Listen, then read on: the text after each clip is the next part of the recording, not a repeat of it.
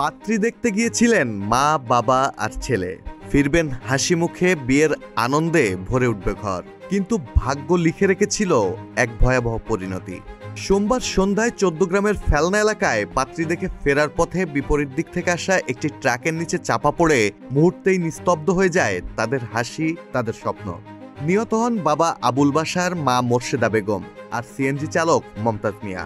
চোখের সামনে মা বাবার নিথর দেহ পড়ে থাকতে দেখেন গুরুতর আহত ছেলে আবু তৈয়ব।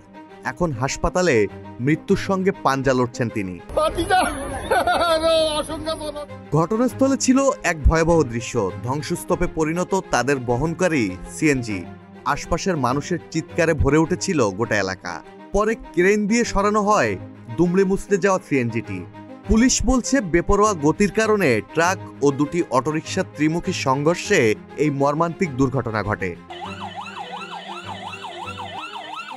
প্রতিদিন এমনই অসচেতনতার বলি হচ্ছে কত স্বপ্ন, কত পরিবার। কিন্তু প্রশ্ন রয়ে যায়, দায় নেবে কে? ডেস্ক রিপোর্ট, প্রতিদিনের বাংলাদেশ।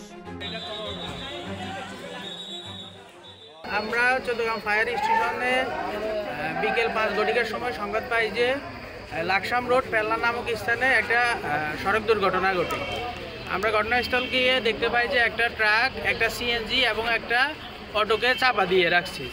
আমরা ওইখান থেকে মোট 5 জনকে উদ্ধার করি। এর মধ্যে 3 জন নিহত অবস্থায় আর 2 জনকে আমরা আহত অবস্থায় উদ্ধার করে হসপিটালে প্রেরণ করি। এর মধ্যে 2 জন আমরা 2 জনের নাম শনাক্ত করেছি। বাকি 3 জনের নাম মধ্যে 2 জনের নাম পাওয়া গেছে, আর একজনের নাম পাওয়া এখনও যায় নাই। আমাদের উদ্ধার কাজ এখানে সমাপ্ত করা হইল। ধন্যবাদ সবাইকে।